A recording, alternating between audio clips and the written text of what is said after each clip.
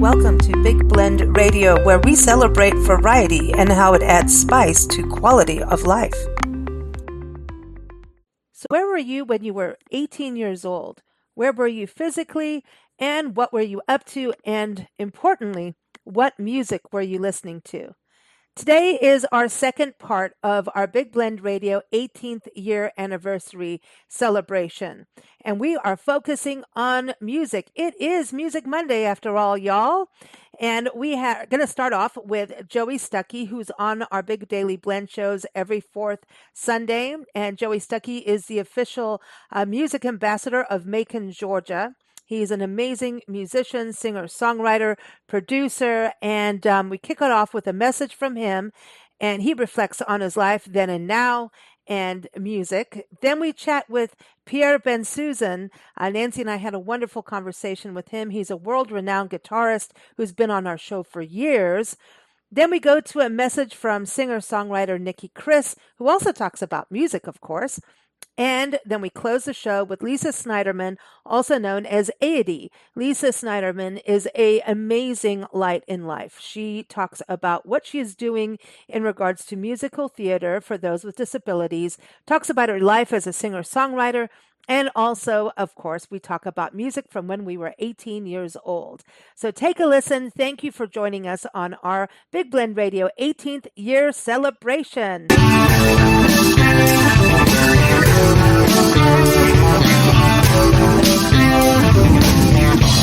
Everything I have done, I felt like such a fool.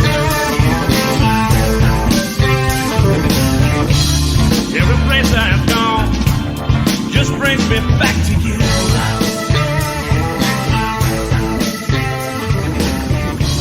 My horizons, I just reach out and touch.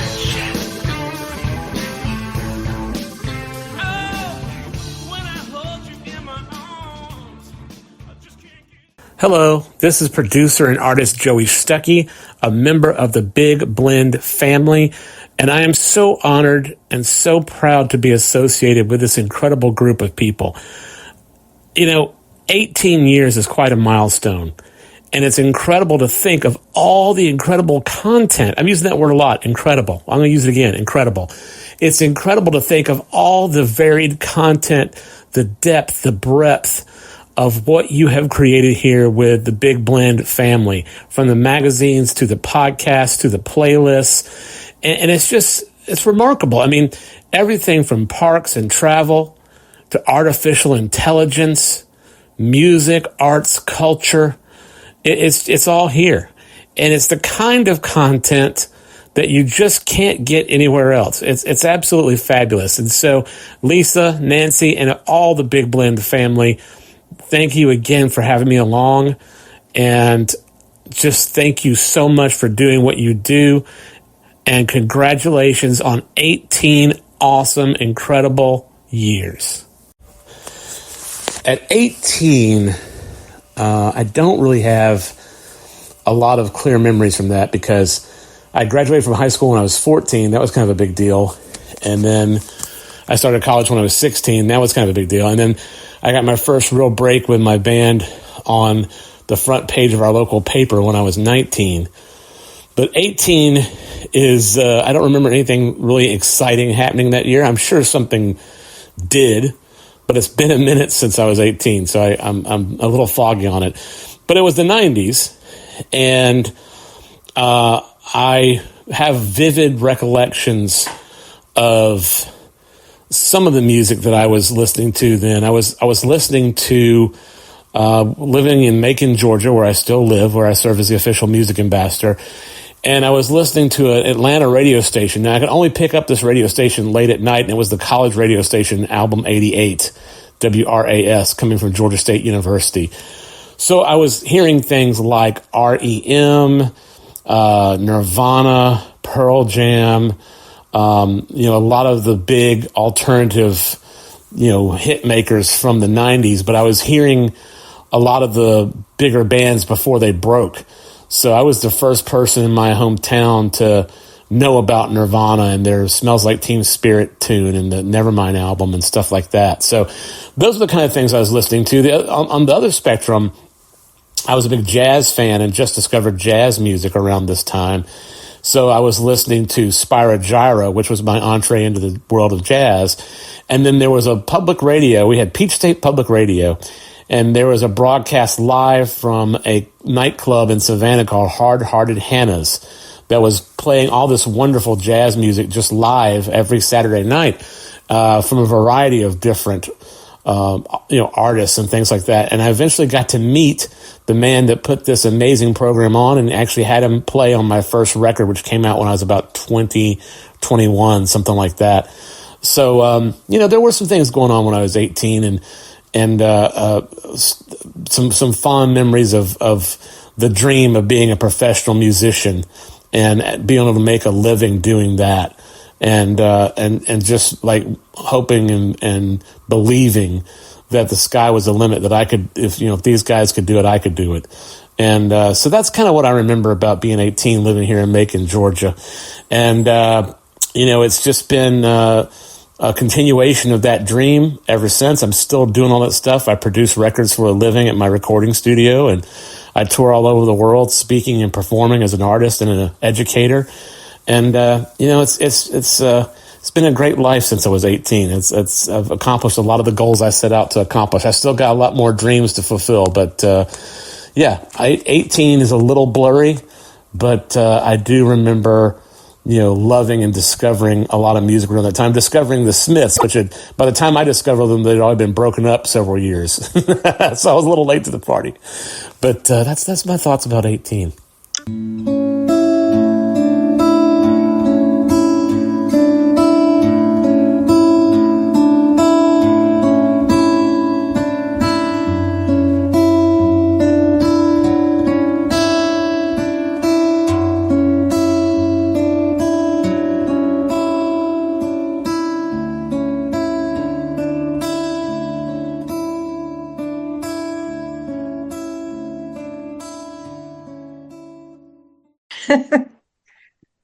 Well, we're continuing our Big Blend Radio 18-year podcast celebration. We're also celebrating 28 years of Big Blend magazines in this country, which doesn't include Nancy's publishing career, who got me into publishing and being in the magazine world back in South Africa. And that's what I was doing when I was 18.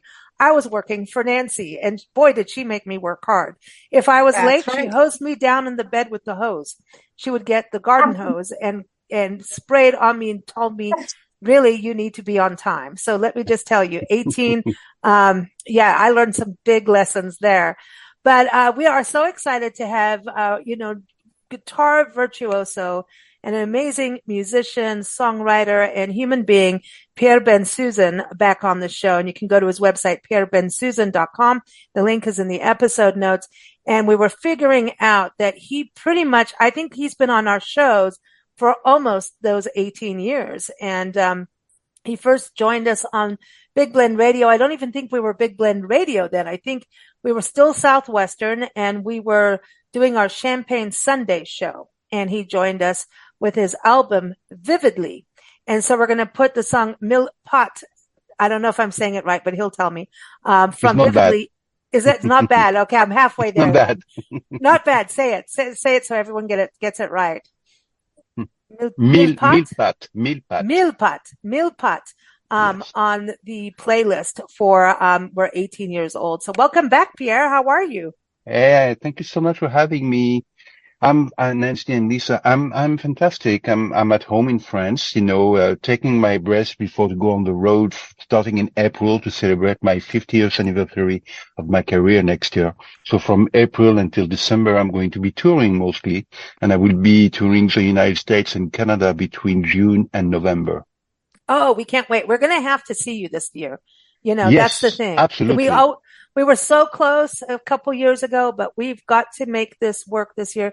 Nancy, doesn't Pierre make us feel a little young since he's turning 50? this year, and we're only turning 18 with Big Blend Radio and 28 with the magazines. Can we feel Ah, young? No, it seems like a long time, but we're only talking this country. If you're going to be honest, Lisa, Yeah, you have to add the rest of the years in other countries. I know, but I like, hey, So I think this is exciting. Turning you're just 18. wanting to be younger. I do, without having to do weird things with surgery on my face. Yeah. So I weird, don't want, weird thing with weird people.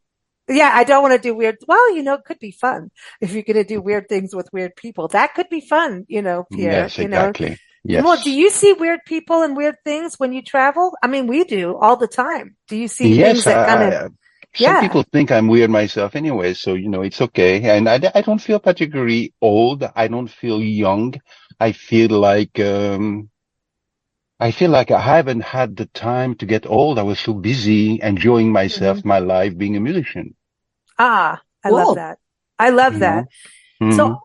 I love that you're doing a 50-year, tour. You're going to go to China. So from musicians I Awesome. know, that is not well, maybe it's different coming from France, but Yeah. from here, it is a difficult thing to be on tour in China and Yes, I understand. lots Hmm. of rules. So has that been a hard thing to put together?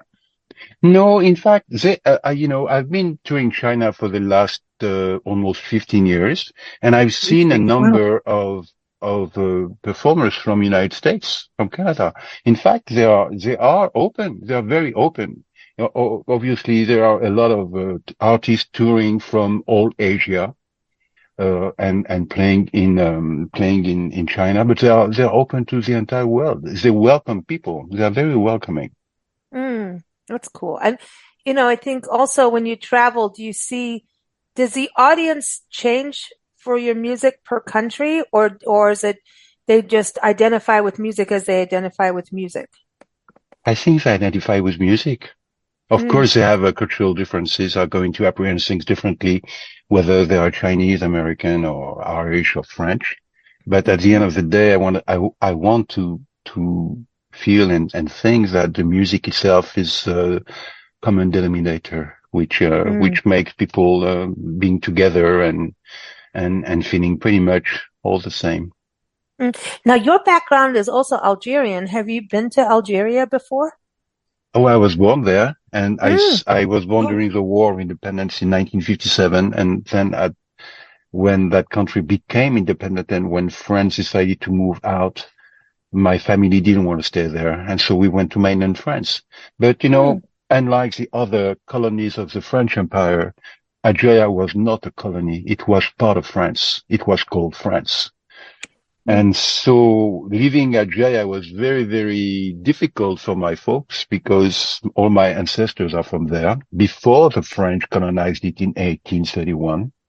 So we were used to live with Arabs, with Kabyle, Berbers, all kinds of different, ethnic groups. And then the hmm French came, then we started to speak French, and I was raised in a French environment. My parents used to speak French mostly, Arabic also, of course, Spanish, because, Oran, where I was born, used to be a Spanish town before the French took it over. And so when we moved to France in 62, I was 4 years old, and France has been pretty much, mainland France has been pretty much my home, mm. since. This is where I grew up in Paris, and, you know, Wow. So yeah, I was going to say, do you think that lends itself to you being, they talk about you being, the finger style, guitarist and world music too.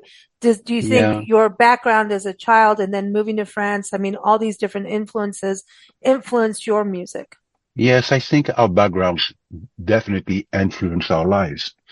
And so, yes, of course, Mm, the music that comes out of me is just a complete emanation of who I am as a person and of the different cultures that have blended within me and all the mm, different experiences that I've had. And, being born in an Arabic country, make me aware of Arabic cultures even today, especially today where this is so vivid. And it's also a way. of being very, very attracted to other cultures. The fact to have myself and my family to have been migrants. You know, my parents lost everything. They had to leave very, you know, in a sort Mm. of emergency. So we had to rebuild our life. So we are now today more than 25 years ago, more than 50 years ago, confronted to all those different groups of people who want to move from their home to another and to another land to have a better life. And so it's very interesting, to say the least, to see how people react about that everywhere in the world. Mm. And to have Nancy, it been one sounds of them, myself and hmm my folks, you know. So it sounds familiar, Nancy, doesn't it? Yeah, yeah, it does. yeah. In fact, it is familiar for when you take any group of people, maybe one, two generations, three generations ago, they were migrants. Yeah, You know, exactly. so Yeah, exactly, and you we know, moved. I mean, we've lived all over, and when we left South Africa, it was really time for us to go. It was very oh, you are from South Africa yourself? no, the States. And Oh, excuse me. then Okay, Nancy worked in Kenya for Joy okay. Adamson with Elsa the Lion and tracked wildlife, Oh, and wow. then taught art. And then it took us a while we weren't legally in the country, apparently, right, Nancy? It was Joy Adamson did that? Oopsie. Yeah, You know, I yeah. No, think we were yes, legal when we got in, yeah. but then things expired, and I was in the bush, and Joe Adamson was a very difficult person to deal with, and so she wouldn't she wouldn't give me time to do things that I really needed to do legally. So Mm. Hmm. we were there a little bit longer, but then at the end of the day, it just bribed somebody $10 and it didn't matter. Oh, wow. And then, Okay. so then we went to England, and then she worked for World Wildlife Fund with her artwork, because that's You what mean Nancy is. She, where in England? In London? no, Southport, right, Nancy, and Preston. Yeah, Southport, yeah. I know where it is. Yeah. Yeah, and then we went Mm, to South Africa, and hmm then and all through it, Nancy was doing not only her artwork, which she is an amazing artist, especially when it comes to Wow. wildlife, So and then you are gypsies, like a lot of Oh, yeah. musicians, like a lot of people I know. yeah, You we are and Hungarian, we are oh, Hungarian, okay, okay. There so you we go. are So gypsies. and yeah, yeah. But you know, I think we are lucky to have been confronted to other cultures that gives us a Oh, yeah. complete opening of art and a different kind of wisdom, a lot of curiosity, tolerance, empathy for other people. And I think it's a luck, it's a chance we have had, you know. And I'm Hmm. very grateful myself to have been uh, for music to have been my drive to travel all over the world. Thanks to music, you know. Hmm. Mm-hmm. Well, Yeah. that's Nancy's art and her writing. And that's There you when you go. think about where we are now, it takes a different form with podcasting. The Hmm. magazines have changed. We used to print, we used to typeset, like old school typeset, to Yeah, now being Mm-hmm. digital. I mean, our yeah, magazines in this country, the digital magazines is 10 years, 11 years old this year. And now yeah. we've been on the road since 2013. So now yeah, I mean, we Wow. just keep pushing, and being on the road full And we time. haven't Hmm. met yet. But it will happen this year, Pierre. It is And I will going have to happen this year. and I will have champagne. Oh, okay. Cool. Well, Yes. you In know, fact, I'm going to yeah. have champagne tomorrow, the day after tomorrow. You Oh, know, good. I live 1 hour east of Paris, and this is the beginning of Champagne country. Mm, So there are Mm-hmm. vineyards all over the place, beautiful. until 60 kilometers, 70 kilometers going east and south from here. Mm. So, So, yes, Pierre, let's go to when you were 18 years old. When I was 18, I was working for Nancy, and I'm not kidding. She did used to come dump cold water on me if I that's slept in. amazing. Well, she Wow, had to because she had employees. And if I was the daughter working for her, I that's had to have the beautiful. rough treatment, wake up and, you've got to be ahead. Yeah, And it's good lessons, good lessons, life lessons. excellent. But I think, Nancy, you enjoyed spraying me with the hose in bed that one time. And Oh, I that was wasn't great even fun. technically late yet. But you're like, I'm if you're not sure. at work 15 minutes early, you're late. That's So, right, or you're late. yeah, yeah. But where were you at 18 years old, Pierre? Where were you living? What was life like? And did you think you were going to be traveling the world with your guitar? Well, okay. May I go a little bit before I was 18? Sure. When I was 12, I knew I was going to be a full-time musician. When I was Wow. 16, I quit school. When I was Wow. 17, I recorded my first album that won the Montreux Festival Grand Prix of the disc. And then when I was Wow. 18, I toured. I was already on the road. I was a bluegrass musician playing mandolin with Bill Keith, and I was also a fingerstyle player playing complete different things on the guitar and singing things coming from folk music from France, from England, Scotland, Ireland, and also my own. I started to write my own original music from the very beginning. So I had made my first record when I was in the turn of being 17 and 18. My first record came out when I was 18 and was on the road. And the next year it won the prize. So I was Wow. already touring when I was 18. And Wow. I was living with my parents in the suburbs of Paris. Yeah. Did they like it? I mean, they were okay that you quit school to do this? No, my mother was a mathematics teacher and she was not Oh. okay for me to quit school when I was 16, but I did give her notice. From the age of 12, I told her in 4 years, I quit school and every year I will tell her, Mama, next year I'm quitting school, and she could not believe it. But Mm. she had no choice. I had to do it. And then, many years later, she became my manager. Well, that's you. You want a manager who can count because that's how, you can stay fluent. Yeah. But that doesn't that add into your music being having a mom that was a math teacher? I mean, My math mom, and music. Yeah. my parents were amazingly supportive. They have been respecting my desire to fulfill my life with music. My music was something that was natural, like the air we breathe at home. My father was loving so many music. Every weekend when he was not working, he was at home and he was playing his records. He was playing jazz, gypsy music, opera, classical, musette music, Paris accordion music. And so I grew up listening to all what my parents used to love listening to. And I felt my probably my first real big impression of feeling what freedom is all about is when my parents bought me a turntable. And then I Mm, took the records, the vinyls we had, I took some of them into my bedroom and started to listen to them just for myself. And mm. my first, I think I was probably 9 years old. I was playing piano already. And my first big falling in love with music was listening to Archer Rubinstein playing the Moonlight Sonata by Beethoven. Oh, Oh, yes. awesome. And it's funny because, okay, this is the first piece of music that really completely drew me in. Then there was Chopin playing the Polonaise and everything. But that Moonlight Sonata, the entire sonata is amazing. But the first movement, the very largo movement is so mysterious and so a bit like a very mythic piece of music that connect me to my very deep being.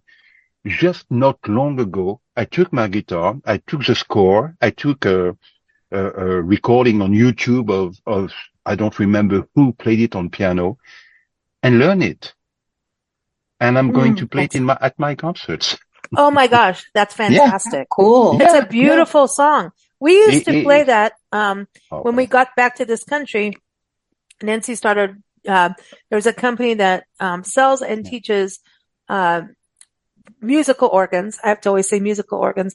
She started doing yeah, Yeah. it, and then I wanted to go to music school, and yeah, they wouldn't take my high school diploma from South Africa without South Africa sending my diploma. And at that time, South Africa was in unrest, and yeah, my headmaster from the school had a heart attack and passed away. And South Oh, Africa didn't seem to care about sending my papers. It's not like you can Nope. email them with the internet now, right? This was way that's back true. when. Yeah. And, the early 90s, 91, 93, got here. Hmm. And so my dreams of going to, and they had funding for me to do musical theater. That was my thing.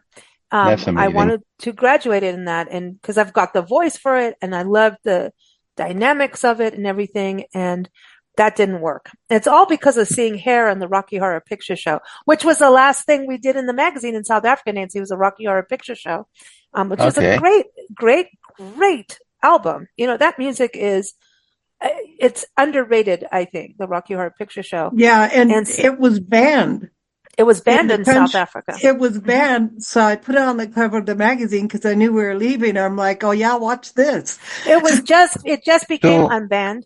And so, yeah, but then we taught people music, and Moonlight Sonata was what we both did on organs, taught organs Yeah. to so retirees. may I Mhm. ask you how long did you live in South Africa? That's a Oh, good question because we're always wrong about it. And I have to go in our like storage unit and look at the papers, but I think it a long was time, at because least 10 years, I That's a long I'd think. say time. so. Maybe because England was a year and a half. Yeah. And Hmm. then we And came to the States, did the and then music there was thing in Kenya. Florida. We lived in Kenya. Then we lived in England. You're making me older, Nancy. I know we lived in Kenya. Then we went to England. South, Then we went to then South South Africa. Africa. Then Guernsey and the Channel Islands Yeah. between Yeah. England and France. We were close to you, Pierre. And Yeah, then you we were. went And here. then we tried to move to Mexico, and that didn't turn out so We well. lived No. there for 6 months, and then we Did came you, home. Yeah. when you were in Guernsey, did you visit Victor Hugo house? Oh, no, I don't think No. so. You know No. that Victor Hugo? Victor Hugo Really? was exiled on Guernsey and Jersey islands No way. for all Oh, the no time way. when Napoleon III was ruling France. No Because way. I Oh, did Napoleon not know that. III, Victor Hugo was a Republican, and Napoleon III asked him to leave because Hugo was, completely against empire and all those things. This guy was so megalomaniac that he could not stand it. So Napoleon III asked him to leave. He said, "You leave, or I put you in jail." wow. So he I didn't had know to. Victor Hugo was that like He that. exiled. Oh. He Wow. exiled for 16 years in Jersey and Guernsey. Oh, no Wow. way. And Yeah, with then his family. Gerald Durrell, however you want to say it, had Gerald Durrell. he went to Corfu and everything with his animals as a kid, and then he's a conservationist, and he has a place in Sark, which you can't have a motorized vehicle on this island. And so, and Ah, Guernsey was interesting because my step grandfather, so Nancy's mother, married this little man Troll. that was still, you Troll. did not just say the troll word, but it's true. He was not that nice, but anyway, he was humorous, but he wasn't the nicest of people. But, we took care of him in Mexico, and anyway, that's a whole long story. But you when we could were you could write a book, with all yeah, your different experiences. that's what we keep telling Nancy, get on it. But, because we have to, she has to do it because it's her adventures, and then she's like, as a kid, you're going to have these adventures. You get into it. And I did. Mm, But, in the Channel Islands, the step grandfather, the troll, mm, he worked as a gardener. And anyway, he was in the occupation. The Nazis Yeah. took over the island. And so mhm. That's he was in the creepy. occupation, and he's figured out how to make a radio so he could hear what was going on. And Wow, so, I know, he's just, and that's amazing. and so when him and my grandmother came to the States, they lived with Nancy and then with us, and then moved to Mexico. And that's how we ended up there taking care of, because he wasn't well. And anyway, Mhm. long story, but we go there. And I swear to God, he had this damn radio from Russia, the Russian Yeah. radio. And at 3 in Wow. the morning, 4 in the morning, he Yeah. turns this, and I swear I still wake up at that time because I think I was messaging you back this morning at 2 in the morning or something crazy. And That's he would, amazing. he would turn this radio on with static, and you're in Mexico, and we're trying to tell him it's not the same, but he was determined, right? He would, 2 to 3 in the morning, he would hear this big loud static sound for the whole house because he wants to hear the radio, and he would do, this radio was everything. So one day we thought, you know what? It's enough of this. You know how you have the spray oil for cooking, Pierre, you know? Yeah. We thought, okay, we're going to spray this radio because then the ants will come and eat the wires and it will stop, you know, because he's not getting anything. It's not working. And the whole, people are complaining. I mean, when I say loud, I can't, it's like. Well, he was partially deaf. He was partially deaf, but yeah. people are getting mad. And so we spray this on. We weren't being cruel, but it was like, this would be a way of not having any kind of argument. Like just, you know what happened? We sprayed it. You did. The thing worked after we did it. It made it work better. And he was able to get channels. So how's that for karma? Instant karma. So now I know if you have an you old time radio, you fixed it. Work. You fixed it. We fixed it. And then we had loud Russian sounds coming out in the morning. That's amazing. But he managed to. I mean, it was interesting because when we went to Guernsey, they had satellite TV, and they were watching things in France and Germany, and they were watching porn. My grandparents were watching porn, naughty movies on TV. Wow. We caught them at that time. At that time, that was in the 90s, and we're like, yeah, what? Oh wow! Like my sweet innocent grandmother is watching this. Like, what is this? It was German porn. German porn. Yeah, which is different than normal porn. I'm just saying, it was a little heavy-handed. Nancy and I just came out, and just our eyes were big as saucers. Like, no kidding. I'm going, no way, because at that time I smoked, and I was trying to sneak out of the house to smoke a cigarette, and got caught, and we caught them. We all got caught. Yeah, that's amazing. It's hilarious. You have to put you have to put this into the book. Well, I crawled out I crawled out from the bedroom Lisa and I were in, crawled on my hands and knees out behind the couch where the sofa where my mom and the troll were sitting watching the TV, so I could peer around and see what they were watching. It was a shock because my mother, the way I was raised, my mother and my real dad were so strict. And here she is now watching porn with this little 4'9" troll. That's amazing.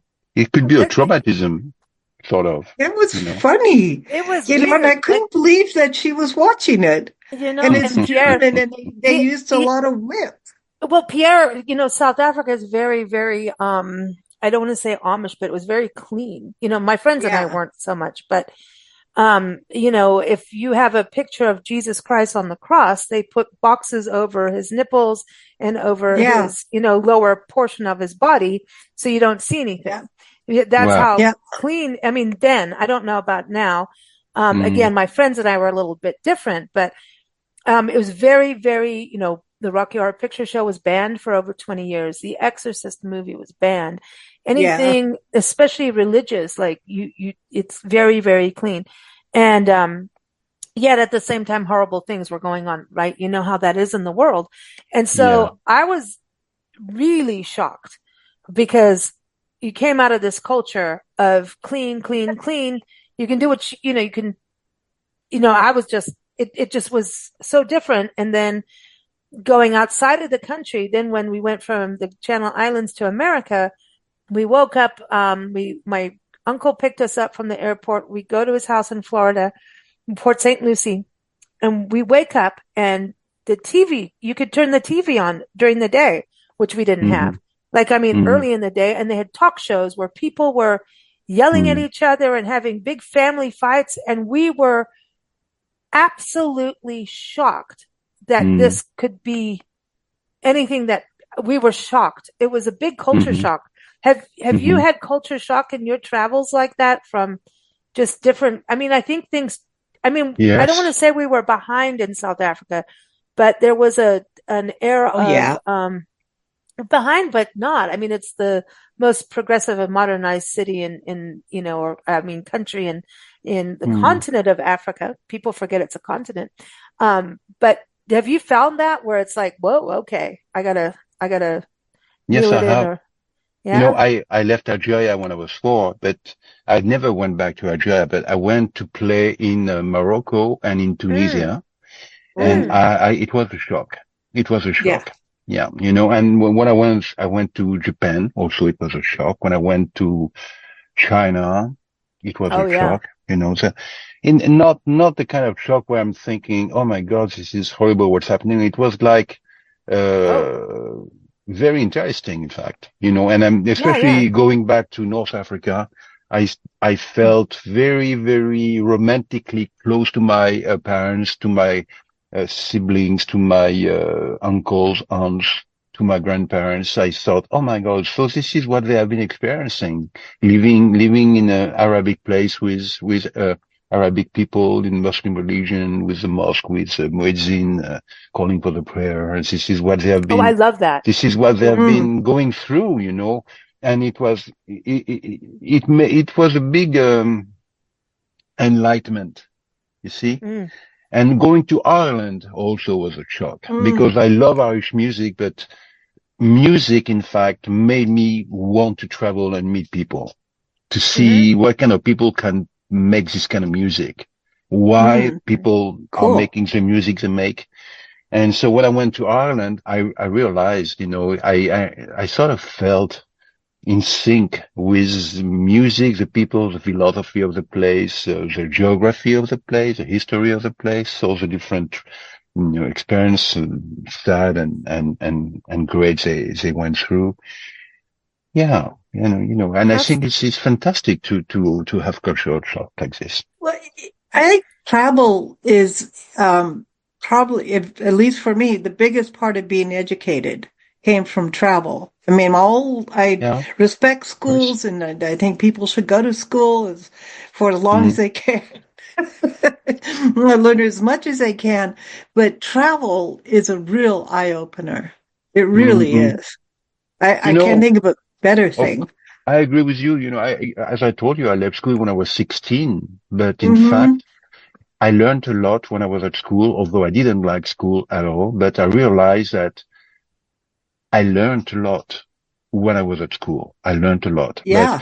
but traveling is an amazing experience. It's like, I kept saying, my school has been the university of the world, hmm Mm. just the university of the planet, just traveling. And because you meet events that open your curiosity, hmm then it's up to you. If you want to know more, there are a lot of information available out there.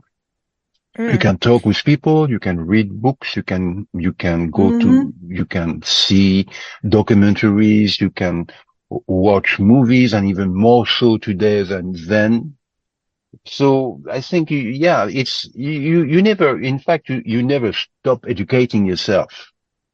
You mm-mm. see, and Right. I think we were talking about being young, being old. I think probably feeling old is when you sort of resign of feeling that's this way of being curious and being open, and you want to know and educate. You keep on educating yourself and becoming a better person altogether. Mm. And I think as long as we have this drive, we will be ageless.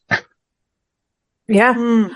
I think so. And who knows if we come back or not, right? That's a whole other thing. But We'll find the out. more when we close our Yeah. mind, that's it. You've closed your life to me. You close your heart, Well, you you're close your missing mind, life. you know. Mm, And you music is know, the soul. Music is the soul to yeah, me. yeah. But for me, being, I'm 67, so I start being more old than young.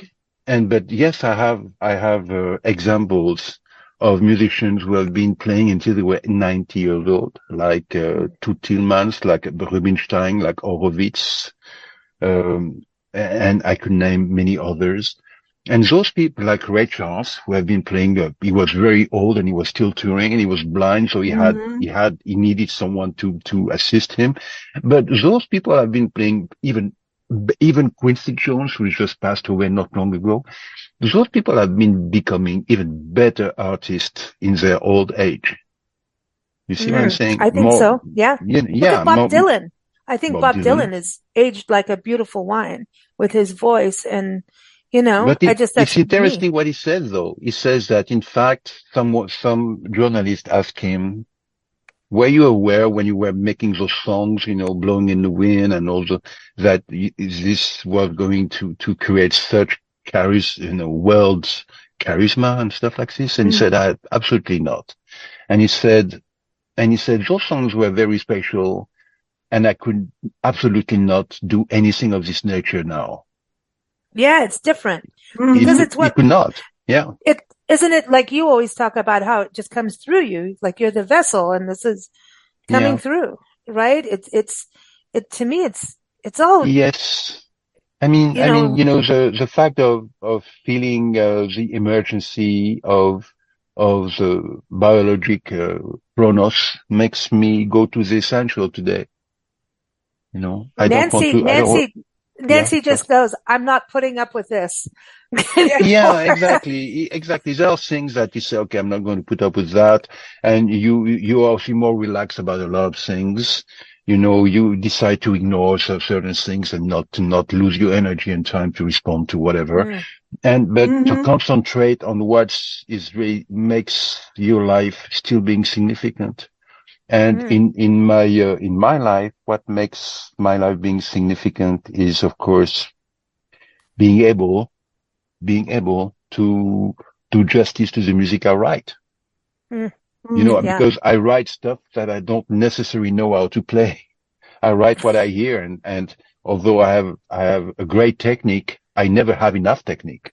And so I'm still mm, struggling, learning what I write, like an interpreter will study a composer. So I'm the composer and I'm the interpreter. So I have both hats, and that takes energy and time. And so mm. that's where I want to put my time, writing my own, keep on diving in my own inner world and come up to the surface with this music and share it with the world. Oh, I'm so glad you Do, said that. yeah. Yeah. Do you think you might have lived before, and sometimes when you're diving deeper into yourself, you're going I to a don't, past lifetime? probably, as I said before, we'll find out. Yeah, yeah. Yeah, because Well, sometimes I I don't think know. Yes, I something will feel, but happen I and don't know, in fact. you, How can you be certain of this?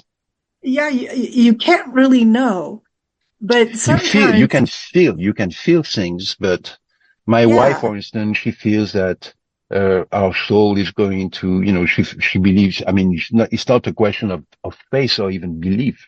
She know our soul travels. Our soul has been living several lives. She believes in reincarnation and everything. I do too. Yeah. It's So, fun. Yeah. and Feels when we good. speak together, I don't know. I don't know. Mm. I like the idea. I like the idea. And if the idea makes you have a better life and helps you to have a good life on this present moment, why not? Mm. Why not? If anything that helps you to be, Exactly. to be a good person and have fun and enjoy the time the short time, because in fact our life is very short, the short time you have here on earth, why not? I Mm. respect that, Hmm. it's okay. But am I sure? I have no idea. Mm. I don't know. Yeah, It's I none of agree. us really know, but I love that what you said about having to still stretch, Mm, here you are, on the road for 50 years with your music, touring, mm, performing, recording, you've been doing this. And, when I was doing music, it was so hard for me to get what was in my head out. I had to divide what was more important. And I think music, same as what our industry is, our business is storytelling and education, connectivity, inspiration, moving, mm, mm, music takes it to this other level that you can't even touch. Yeah. It's soul, mm. it's therapy, it's everything, right? And But like I but would not want to live here if there was no music. Just take me out. No music and no uh nature. I'm done. I'm out. Check me Yeah. out. It will, don't Um, worry, it will never happen like that. I There will no, it always can't. be music. There will always be music. Music and nature are hand in hand. There would be no music without nature because the sounds come But from the there birds. there has been nature before human beings anyway. So Yeah, yeah. But when we look at going from writing in my head, and it used to drive me up the wall trying to explain like what's in my head and what's in my heart of this song to get it mm, out is hmm insanely difficult because there's different mm, things. And now, like interviewing so many musicians, and having done some of the music, and mm, performed and all of that, and had bands and all of that, mm, I mm. go, it really is, you have to make a choice in life sometimes of where are you going to put your energy. And, you True. know, for the Mm, songwriting, maybe I'll do it when I'm older. It doesn't mean it's going to be bad. Sometimes you have to do what and where, when. And, hmm now I've met some people that I can go and record with. I have a better sense of how to explain things. We have hmm things to help. And I hmm think we never should give up on our dreams No. from young that maybe we didn't do. Maybe there's a song in your back pocket, Pierre, that hasn't come out yet. And I think it's so important to not let go of dreams, you know, because you hmm never know. Life changes every day we wake up. We have no clue what's Yeah. going to happen. Mm-mm-mm-mm. We And don't music That's for know. does, sure. and music is an emanation of those changes, so it does change all the time, Yes. you Yes. know. And you were It, talking it, about storytelling, but in fact, music is storytelling, oh, Sure. yeah. you know. And, Absolutely. That's why I said that's our common bond. Yeah. and Yeah, the thing is, you never know what's going to happen. no, you So, don't. you really have to learn to live in the present and not the past. But I'm Mm. like one time when I went to Kenya, something happened with my passport, and I was getting a visa in Kenya itself to go to certain parts of the country. And the official took my passport and he never came back. Wow, And wow, so I was like, now what do I do? So interesting. this one clerk at the Mm. front desk, she looked at me and she said, get a lawyer. Wow. So apparently it happened a lot. And it was Ah, because he was no, sort of, I realize now he was hinting for a bribe, but I've always been brought up that you don't bribe. And no. then it's scary to bribe an official, you know? Mm, mm, And so mm. I didn't go for that. And the next thing, he just left the room with my passport. So I had to go get a lawyer to try to get my passport back, or I eventually, um, Did you get renewed. it back? No, I never got it back. I Mm, had to apply for a new one. yeah. And, Mm. one of the funniest thing that ever happened when I was applying for the new one, the person at the counter said, if you had your passport, you could read the back page where it tells you what to do if you lose your passport. Yes, I'm you like, need oh, your passport thanks. for Well, that. yeah. Well, when we left South Africa and we had to Mm, go in a hurry, my mm, passport wasn't there. And we're like, oh my gosh, and we need to go mm, now. And they got mm. me a passport from America in 72 hours from Washington, D.C., stamped from Mhm. D.C. Here you go. Got it to me in 72 hours. How does that happen, right? Mm, We that's get on the fantastic. plane, and then I go in this handbag that I hadn't used for a couple years. I'm like, well, this is the handbag I'll use. It's perfect for traveling.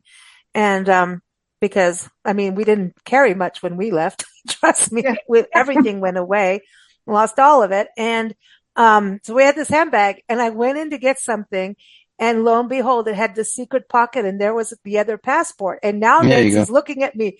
You've got two passports on a go. plane. You need to hide that one. You're going to eat it or something. You know? You know, And we had it's a good thing to have two passports. maybe, but nothing Well, bad not two happened. different ones. Well, I know two different ones, but it's not a bad. I mean, it wasn't. But we were so panicked leaving. I mean, we had Hmm to fly from Port Elizabeth to Oh, Cape Town to Joburg to get to we went to ouch. London to see a friend for a few days, and mm, we were so scared we were going to get stopped. It was if you the fear was Mm, real. And now when you look at mm, fear, there's mm. real fear for real things versus Yeah, fake yeah, fear, yeah, fake fear. We have a lot of fake fear and it rules the world, which is yeah, terrible. Yeah, But but yeah, that there's wasn't real fake fear. fear. That was yeah. real fear. But Pierre, Oh, we were supposed to do a 5-minute conversation. Look how good we are. But it's Pierre and you're in France and we're it's here. been We're in five Texas. minutes. Hey, Pierre, we're in Lubbock, Texas as we record this. Have you been to Lubbock? Have I been to where? Lubbock, Texas. To Lubbock. Texas? To Yeah, Texas? Lubbock, Yeah, Texas. Yes, in the Texas. I love Panhandle. it. Love it, Texas? No, I have not. It's the home of Buddy Holly and the There you Crickets. Yeah. They go. came from here. Wow. Yes. Fantastic. I've been Yeah. to So, Texas several times, but not in many places of Texas, to be honest. I've been mm, to San Antonio. I've been to Kerrville. nice. I played the Kerrville Folk Festival Yeah, once. nice. Beautiful I've Oh, been area. to Dallas many times, to Austin Hmm. many times. I've been to Denton University. Very nice. I think Very that's it. nice. That's pretty much Uh-uh. it. You know, Well, I drove through Texas many times back and forth going from west back to east, from east to west.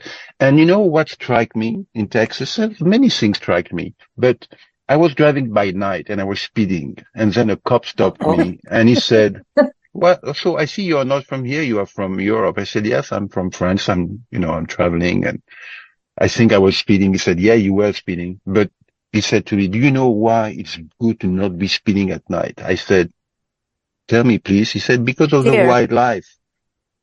And because of the wildlife. And I thought it was so Oh. wise to not speed at night, because at night, this is the land of the Hmm. wildlife. It's Yeah, true. And you He's have to, it right. is yeah, true. everywhere, in fact. Where I live in the country.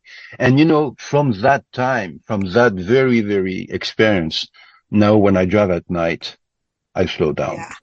Well, Yeah. it's crazy. We watch and we do a lot of night driving, but I'm slow. And I have a rule, because we drive across the country a lot, and Mm. it's me driving, and I have a rule of every 3 to 4 hours you stop, rest, even if Of it's course. for 5 minutes, 10 minutes, recharge. But at night, you will see deer on the highway. And there's Exactly. one highway through Mm. Texas that we call the Dead Deer Highway Yeah, because it's so many deer, and sad. they have the big trucks. Yeah. And we see Those that guys in the don't dead stop. Hmm. armadillos, dead deer, Yeah. Yeah. and there's a lot of wildlife. They don't slow Yeah. down. It's Yeah. like Yeah. Autobahn in Texas. It's like the Autobahn in Germany, and Yeah, exactly. it in You, Texas, you, yeah, you have to be careful everywhere with the wildlife. that reminds me of my first American tour back in 1979. I bought a Dodge Dart, in Boston Mm. for $200. And I drove all through it out from Boston all the way to Los Angeles. Then I drove from Oh, LA wow. to Mendocino, then from Mendocino to Reno, and from Reno Oh, back east. And arriving in Reno, I had no more brake. My brake system was dead. So I Oh, went to a garage and I said, can you please fix it? He said, no, I cannot fix it because it's your brakes, this is an old car and your brakes are completely dead. It needs to be changed. And it was back in 79. It was going to cost the price of the car to change the brakes, $200. yeah. And I was 19 years old. So I said, wow, $200. That's the price I paid for the car. It's a lot of money. The guy said, yeah, it's a lot of money on one hand. On the other hand, it would be so sad for this young French guitar player touring America to die in a car crash. And I said, yeah, so you think it's not a good idea for me to drive back to the East Coast with no brakes? And the guy Mm. looked at me and he said, are you joking? I said, no, I'm serious. Do you think I can make it? He said to me, okay, I see you are serious. You can use your brakes, but if you have to use your brake in emergency, all the system is going to collapse. Wow. So then I Mm. thought, what should I do? And you know what I did? I drove all back east No. without touching my brakes.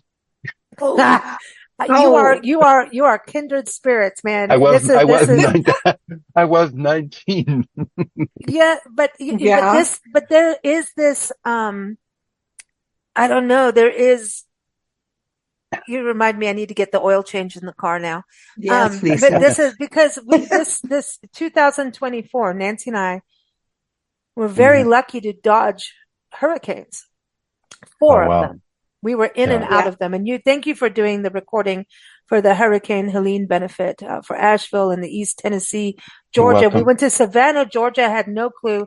They were Yeah. really messed up too. I mean, there was so Mm. much destruction and they're still dealing Yeah. with it. Not all places. I mean, just over Yeah. Thanksgiving, end of November, did they get Yeah. water back in all the Yeah. areas of Asheville, which is good because new water system is good. But, Oh, I but cannot believe what happened there. it's Mm. so sad. And Yeah. we did so much dodging. I can't even tell you the poor car. I always go, okay, take the car in. I'm very good at that. And then our entire starting July through December, every plan changed. It was a 6 months of detours, and you think Oh. you're going somewhere. No, you're not. And you run a Mhm. business where everything is a podcast has to air at this time. It's all deadline. Our Mm. industry is like you have to be on a show. You've got to get there, right? Yeah. And touring is not cheap, y'all. I'm just going to tell everybody. Everyone thinks, oh, you're on the road, you're saving tons of money. No, Like, it's no. expensive to No, no, travel. It no. They, is, they, they don't know better. it is expensive, but it Yeah. is rich Mm, in experience, mm, mm, and, mm. but getting the car down, like right now, I'm going, oh, yeah, yeah, because things change and then you don't take your car in and then you don't. And I had it with batteries this year, 2024, battery problems. This car won't start. And I did the old school of banging it with the stick and the Yeah. battery worked. I did Mm, stupid things, but Nancy's like, mm. no, don't drive. If you drive, this is going to happen. I'm like, no, it's going to go. I know how to do it. And Yeah. you do just, Yeah. you push the envelope on Exactly. things and you kind of go pure, uh, Mm. balls and hope. I'm just going to say the You know, words because when it's true. I arrived in Boston, there's a friend who helped me to get my Dodge Dart, bought it back from me for $200. Mm. And Wow. he knew there was no brake anymore. He said, it's okay, I'm going to change them. And I sold it for the price I paid for it. But the reason why I mentioned that was because you were talking about the antelopes of the desert.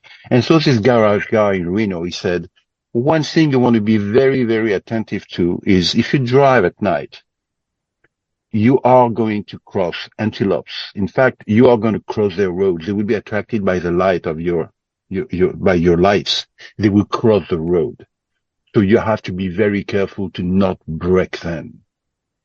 And These, I took right. a guy hitchhiking who spent 2 years in jail. He was hitchhiking his way back to Des Moines, Iowa.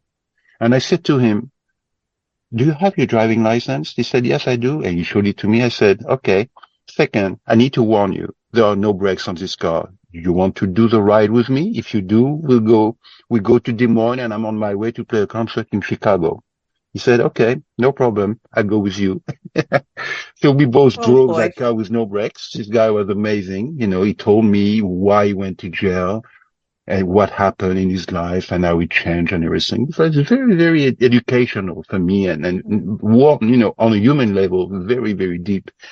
And then he was sleeping and it was my turn to drive from like four until 6, 7, and at 6 at daybreak in Wyoming. This beautiful mother antelope with her baby crossed the road as if I was not even there. Very Mm. quietly, I just had the time to turn my steering wheel on the left to not bump into them. Yeah. Mm. It's That's amazing. We did scary. that. It was in Texas, Nancy. There was that wildlife refuge area. We'd just driven through this wildlife refuge Yeah. and there Mm, was a road and all of a sudden this deer, and you couldn't see because there was like corn, like really like high corn or something. It was just mm, reeds or it was just really high on either side of the road. So you couldn't see yeah. anything coming or going. And this deer and Nancy went deer. And I'm driving looking like in one direction. The deer Away. came through and I turned in time to end up in between the corn. Like in this Excellent. other, it was, but your Yeah. heart, your poor heart. I mean, when Mm-hmm. you talk about skipping a beat, there's more than one beat gone, Mm-hmm. Oh, but it's, Mm-hmm. yeah. thank goodness, no pain, right? No, But those are beautiful moments, when they grow on you as and you remember them, and it Mm. becomes a beautiful remembrance for me, mm. you know. You know, I want to tell you, oh, go ahead, Nancy. I was going to say one time when we were in Africa, my mom was with us, Oh, it's and Kenya. Lisa and my mother and I were in a van, and we're driving, and this elephant decided it was going to cross the road, so I stopped. And so that what does the elephant do? It walks up to the side of the van and Mm, starts pushing the van, and we're on a narrow road, and I'm like, do I go or do I not? Because if you start up again, you can really make it charge. But then I'm looking, well, you don't really have that much room to charge because you're right next to us. mm, So how fast can you go before an elephant charges? mm. Wow. Mm, So, I was like, okay, I'm going to go. Okay. And I went backwards instead of forwards. And I Mm, have no idea why I did that. I reversed and then went forward, and somehow that confused the elephant enough to just let him stand there like, what kind of a driver is she? And mm, let me move forward. But he was mm, literally in the side of the car. You could see where his tusk had dented the door. mm. Wow. mhm. So Wow. sometimes in early morning driving and night driving can be really not the best thing to do. But when there's wildlife on the road, man, anything can happen. Right. Mm-hmm. Mm, It, It mm. all the Best thing to do daylight, is maybe to nighttime. stop, the car and sleep, or just, drink a coffee or go somewhere and We relax. And sleep on the road all the time. We go to yeah. yeah, rest areas and yeah, we car yeah, camp because sometimes, you only sleep for 2 hours. You don't want to go to a motel for that.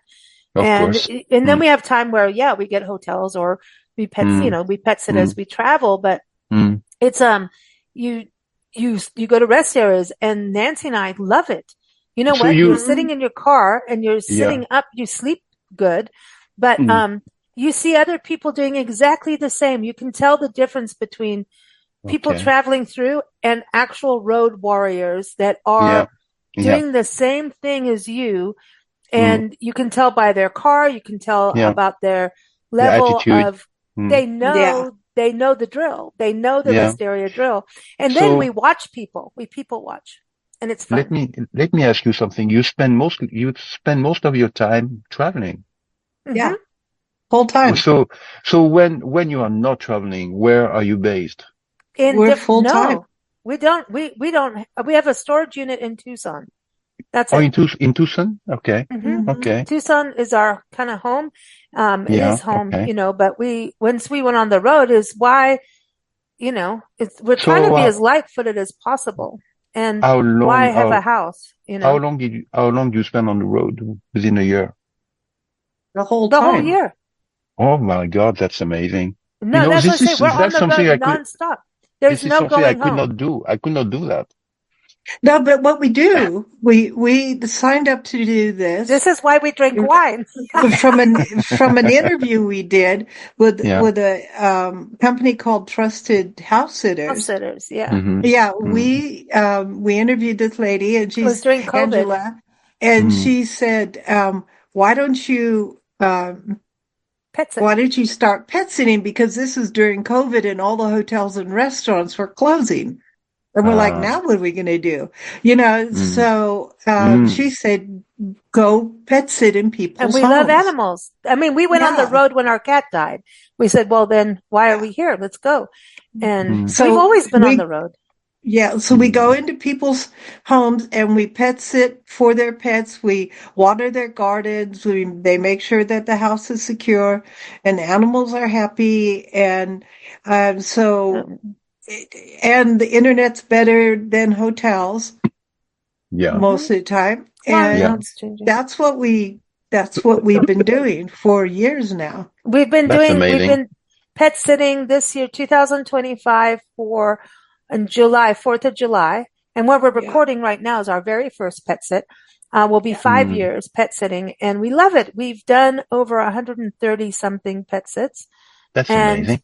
and you meet, we've Wow. got a family, a human family and an animal family, and really good friends, and you see how America lives. You're not passing It's through, you're interesting. living it. And I know that, Pierre, as you travel, you also stay with people and you see life, not just So you a mean hotel. you go to people's home and pet sit there at their home Yeah. Yeah, it's while not they're while permanent. they're away. They have It's to go away for some time, so you stay there instead. yes, Yeah. and that way their animals have their same routines, they feel at Yes. home, Yes. and everybody's happy. And it's That's fantastic. it's environmentally friendly. Um, Yeah. So you're not taking, how long you stay in a home? Like well, right what? now where Well, we are, we're 10 days, and then the next one is 6 weeks. Sometimes it's a week, 2 weeks. It's a long Sometimes it's a time. weekend. Sometimes a weekend. But, Okay, a weekend. Yeah. But and we 10 days is great. it is great. yeah. It's all good. And then we try to Yeah. always do something in the place where we are. Sometimes the animals, Mm, mm, we've run farms, mini mm-hmm. farms. Yeah. We've run a Yeah. bed and breakfast for our friends in Asheville, a Oh, few times. wow. But just that was an experience, and we don't need to do that again because they work really hard. But we have our business, Yeah. so we did Yeah. it to first time was as like a dare. It was like, all right, you go in there, it's going to be a good article, but we learned a lot. We learned a lot, Mm, and but that's I'm going to amazing. tell you, bed and breakfast. We do a lot of work with bed and breakfast because they get forgotten in this world of travel, and they Mm, are often historic homes or in an area that is about protecting nature. And mm, mm, I always, people always hotel, hotel, hotel, and there's nothing. We support hotels too. We love hotels. We have clients who are hotels, resorts, all of mm, Right. that. But bed and breakfast, it's someone's Mm-hmm. home, and part of being a bed and breakfast is keeping these historic places restored, that we don't lose these places. And it's this personal yeah. touch. You Mm, have breakfast together, you mm, meet people, it's more intimate, and mm, mm, I don't know, it's a beautiful thing. And as women travelers, we're always conscious. I say we're so safety conscious that we'll car camp places all over the place, but mm, we'll car camp in nature in a park, we'll car camp, you know, mhm. because time is time. And if you feel comfortable in your chair, sleep in it. We don't Of need to put course. a tent up, but Mm, it's minimalist, mm, because what do we need in our life? How much stuff do you need? And so we that's got rid true. of all our Yeah, stuff. Our storage unit went from that's being 10 true. by 10 to Mm, 9 by 5. That's how much we mm, own now in the It's world. all mm, mm. And slides. It's all photographs of now we're going where how to we've get rid of it been. all. We want to be 100% free, because Yes. stuff is stuff. And you know, we can digitize things that are important, like photos, and that's the main thing. And music, there's some music that I've written, Nancy's photography. We want to protect that. And some of her Mm, art, we can give her art to places and to mm, mm, people. mm. But after that, what do we need? You Yeah, know, yeah. you can read Mm, books now on the road. You can listen to music on the road. You can do everything you want on the mm, mm, road. mm, mm, mm. And so that's how we are. You know that some people they buy a cabin on a boat and just spend 3 or 4 or 5 years on the Yes. boat. Some Yep, people do people do that it now. RVs, boats. Yeah, yeah, That's a mm, whole world. Our friend yeah, Linda Kassam, her and her mm, husband, mm, they live in Arizona during mm, winter and mm, summer, like mm, from late spring to early summer. They go to the mm, Pacific Northwest, Tacoma, Washington, get in their boat and they cruise all summer. And then they come back to Arizona, and that's their life. mm, And they do like we mm, do. They go from mm. port to port and sleep in a different port every night. I Nice. don't know. It's like Mm, everyone's different. Some people would never do what you do and Nancy and I do, but it's about being alive, I believe, yeah. you know? So, But people need us to do what we do. yes, we Oh do. yeah. You see, Mm-hmm. they need people dreaming like you and you and me and sharing our dreams with them. This is very Hmm. important Mm-hmm. for them. I We have think to, Yes. music and art And writing is so important because Yeah. not everybody is free to travel all the time. Exactly. And But music is television is transportation. television. Movies are great, Mm. but when you start watching the same things over and over and over again, Music Yeah. lingers. Music yeah, Mm. stays with music you. is something like sometimes, especially out in the wilderness when we're Mm. hiking, Yeah. certain Yeah. songs come to mind. Yeah. Of And, course. Mm. then I feel like, oh, I want to go get that piece of music and the Mm. photos that Lisa takes from where we are Mm. and the animals and make a video. Mm-hmm. Mm-hmm. That's, I would love to be able to just do natureified kind of videos with good music. Do you make Yeah. videos?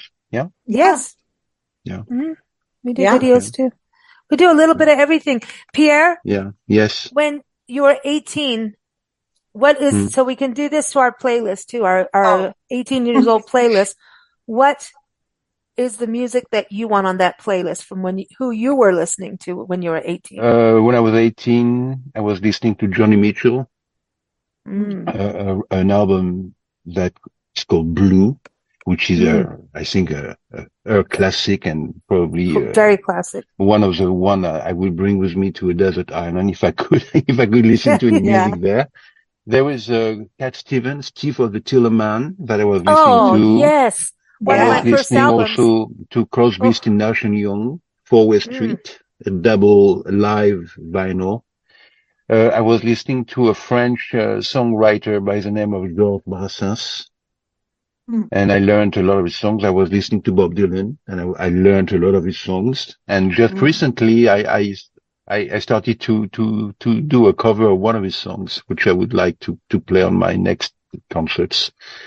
So, I was listening to a lot of things, to classical music, to folk music, to singer-songwriters, but the people who really struck me were Johnny Mitchell, I think, and Cat Mm. Stevens and Paul Simon and Garfunkel, Yeah. Bridge Over Troubled Mm. Water, Mrs. Robinson, The Sounds of Silence, you know, um, and Bach and Beethoven and Chopin and Charlie Mingus Mm. and Jimi Hendrix. I was listening to all those Oh, guys. yeah. I was like, and tango because I love what my father loved. I didn't like everything at first, but then I started to really appreciate what he was fancy, and I thought he was beautiful. He had a beautiful taste for music, and so I started to listen to that as well. And when I started to play bluegrass music, I listened to a lot of bluegrass music, Mm. a lot. So, I've been always completely open to anything as long as there was a musical universe within, you know. That's, I love that you love, Cat Stevens. Um, Yeah. Oh yeah. Cat Stevens, Tea for the Tillerman. When we lived in South Africa, my best friend Melissa, I have a group of Mm, best friends there, ladies, and mm, in fact, just talked to her before you. And we were talking about what we were listening to, and someone said Madonna, and I'm like, no, No. sorry, no offense to Madonna, but um, Now. no offense. It's just not my thing. But she kept saying, you were always the Beatles. You were always sitting with your guitar, learning all the Beatles stuff, Mm-hmm. mm, And but Cat Stevens was a big deal. We have a good friend who's passed away, and his voice is like almost 100% Cat Stevens, and yeah, it's his natural voice. And yeah, he was an yeah. amazing songwriter. And Tea for the Mm-hmm, Tillerman I got into mm, collecting vinyl, and it was Nancy's art director, Peter mm, mm, Swanepoel. mm, And we had this Mm. vinyl exchange at the magazine, and we'd all bring him in and swap him around and pay each other or trade or whatever. And Tea yeah, for the Tillerman, and I sat down in my little place listening to Tea for the Tillerman, and it changed everything. And it brought yeah, me back to Paul Butler, Nancy, but also mm, just, Yeah. wow, Cat Stevens or Yusef, I think he's probably one of the most iconic world musicians that, mm. is so, he's And so, everything. and so, so is Johnny Mitchell. Peaceful. Joni Mitchell, I Mm-hmm. mean, look at her coming back and playing with Brandy Carlisle and Yeah, doing Well, so much now. she never left, She never left. No, she had a She has stroke. always been around. She had a stroke, but She had a she's stroke, back. but And what an she's back, yeah. artist! Mm. Her Yeah, paintings. her art is amazing. I mean, for me, she's like in the same league. Cat Stevens, Joni Yes, Mitchell, Bob mm, Dylan. Those people are like lighthouses. their No. food. Their Yeah, music is Yeah. food. That's it. yeah, yeah. Pierre, thank you so much. We could talk for hours, and I know I it could start look all for over again. I But look thank forward to you. meet you both. Yeah. I know Oh, it'll we be can't wait. fun. It will happen. Everyone, Okay. 2025 is the year we meet Pierre. So let me Um, know. Let me know. Okay. Yeah, we will. Everyone, Look. Yeah. pierrebensusan.com is a website. Keep up with him. Sign up Yeah. for his newsletter. Always Mm, lovely to hear from you. You always give your tour dates and what's going on. And, mm, you do workshops too. So, yeah. if you're learning to play guitar, this is definitely, you want to check out his workshops. He's got Well, music books too, so you can learn. So, Mm. so much going on. So check that out. And thank you, Pierre. Thank you Thank for you so being part much. of our 18 years of Yes. yeah. podcasting Thank you and for being part having of me our for all this world. time. Thank you for your loyalty. This Oh, is fantastic. I wish you the very, very, very best. Happy Christmas. Happy New Year. yes. Keep Thank on you. having a great health and a great curiosity for everything, and keep on doing what you do. This is fantastic. You're the best at it. Yeah. Oh, Thank thank you. And you. you too. Happy Thank you. 50th, Pierre. And I Thank just you so turned Mm. much. 50. So how does that make you feel? That makes me feel a little bit like older, but it's okay. Okay. It's It's okay. okay. You're wiser. It's You're okay. It's wiser. okay. Yeah, yeah, yeah. No, Yeah, I'm you've happy. got more I'm no calluses on your fingertips than me, but there, exactly. just Exactly. Thank you thank you, so much Pierre. to both. Okay. Yeah. All the best. Bye bye. Yeah. Bye bye. Oh, when I'm caught up in your riptide, feels like I'm being buried alive. Oh, I'm a hostage to your greed. There's defeat in every heartbeat. Each new day feels like night. I choke fire in your web of lies. I am running. Hello, Big Blend Radio friends. Happy 18th anniversary. What an incredible milestone for Lisa, Nancy, and everyone at Big Blend Radio. It's truly a privilege to be a part of this celebration and to join you in making 18 amazing years of entertaining, inspiring, and connecting with audiences worldwide. Congratulations on this remarkable achievement. I'm Nikki Chris, a recording artist, songwriter, and music producer, podcaster, little bit of everything, passionate about inspiring others through music. I first connected with Big Blend Radio several years ago, and I've been continually amazed by their dedication to amplify unique voices and sharing powerful stories. Being featured on the show has always felt like catching up with old friends, and I'm so grateful for the incredible support Lisa and Nancy have given me and so many other artists. Here's to 2025 being a year of endless possibilities, growth, and joy for all of you.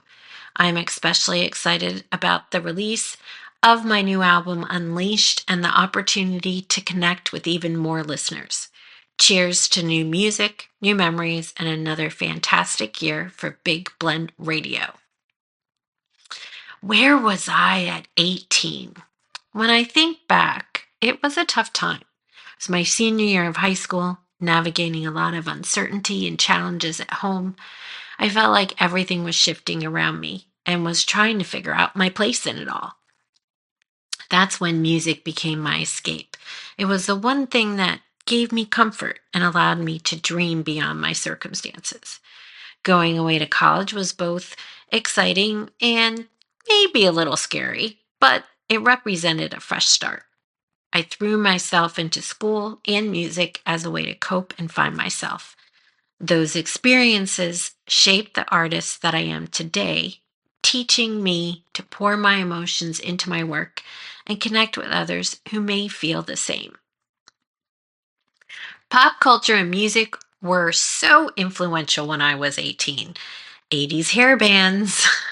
I'll never forget how impactful songs like U2's I Still Haven't Found What I'm Looking For were to me at the time, and also Bon Jovi's Livin' on a Prayer. They represented songs that search for purpose and fulfillment, something that still drives me today.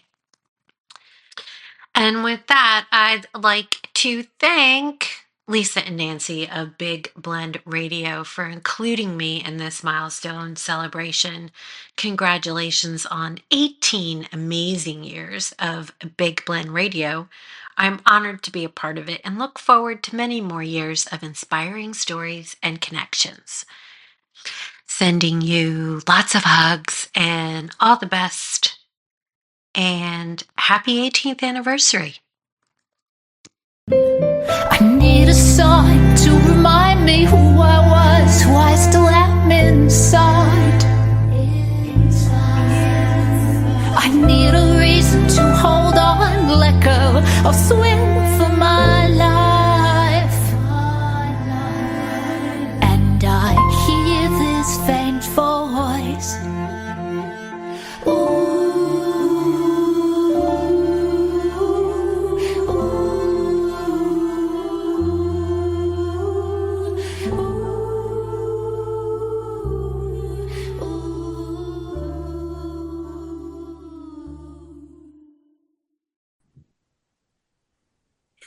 Hey everyone, welcome back here to Big Blend Radio. We have Lisa Snyderman, who we call A.D.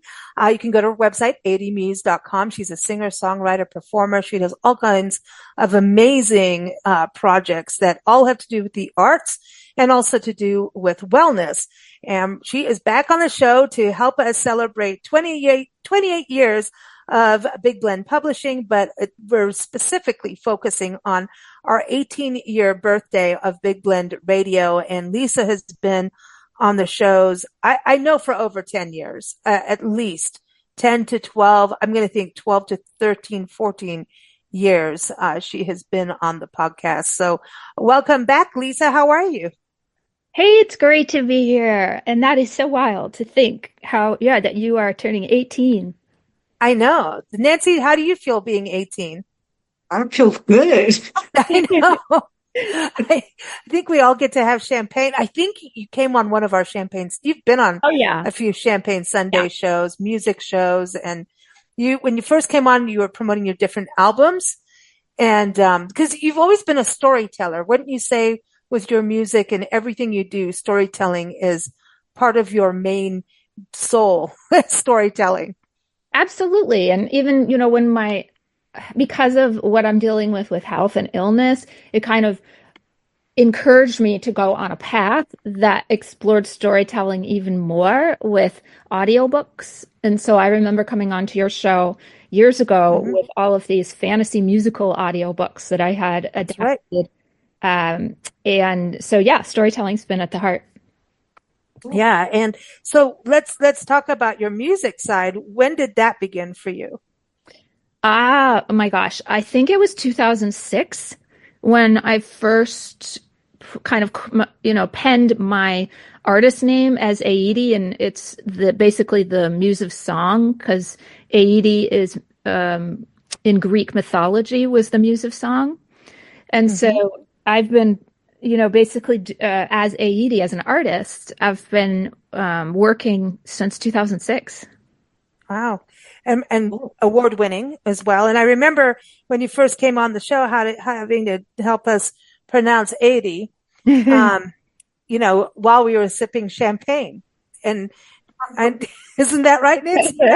Oh, probably. I'm sure. Champagne lessons on Big Blend Radio, and because that was our main, we started with Champagne Sundays, even when we were Southwest Blend before we became Big Blend, and we were focused on the Southwest of the country. And then we're like, why are we just doing that? Move on. And so we got bigger because of podcasting. And that's what really made us go national and international, was podcasting, because you can talk to anyone around the world.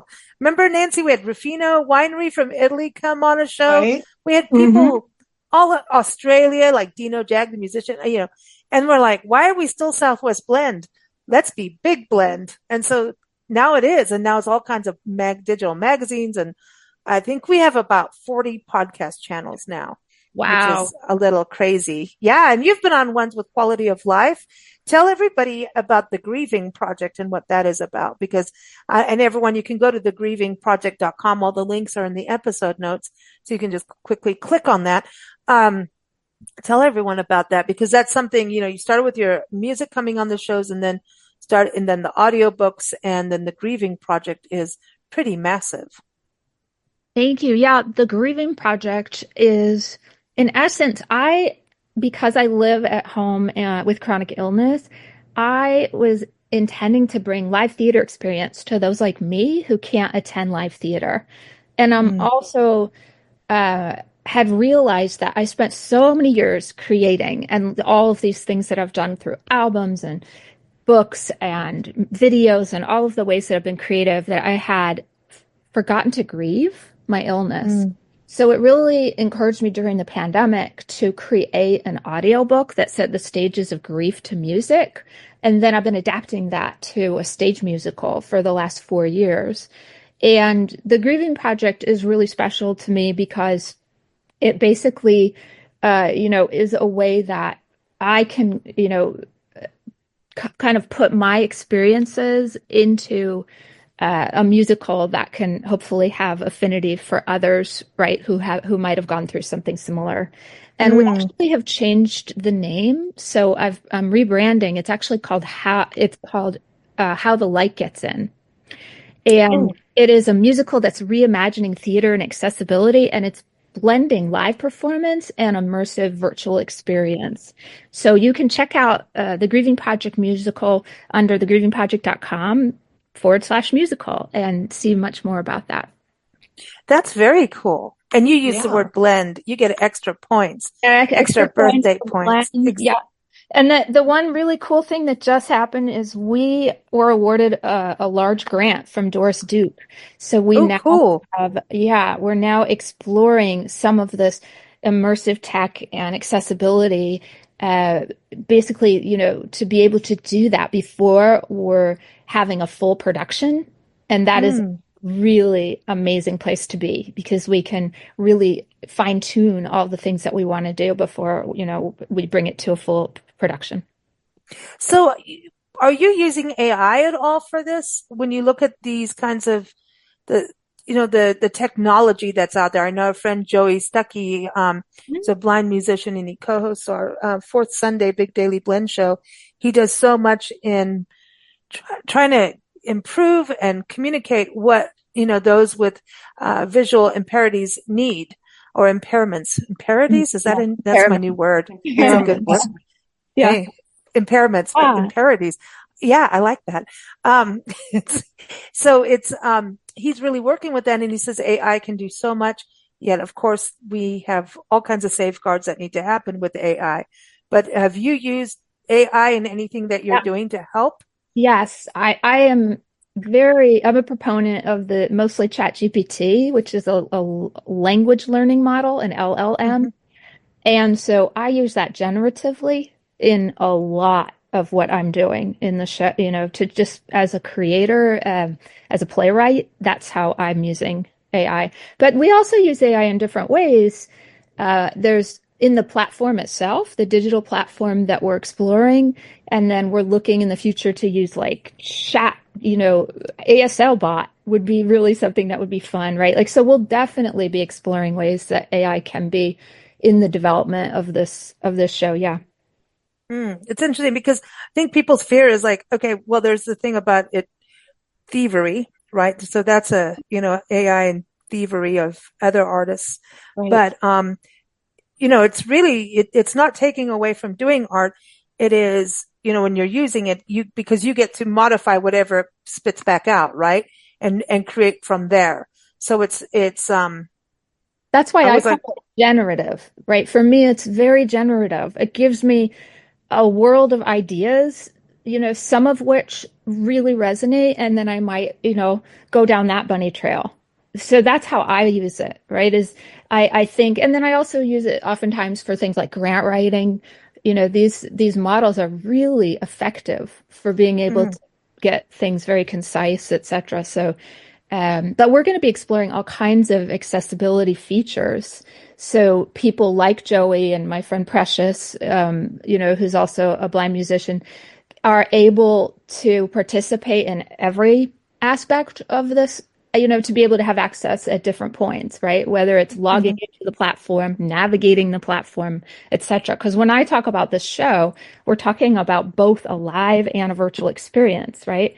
So if you're doing it from home, you need to be able, to log on to a platform, even if it's just a website, you need to be able to do that, right? So that's the kind of thing we're exploring, is what aspects are going to need some additional improvements before that can happen.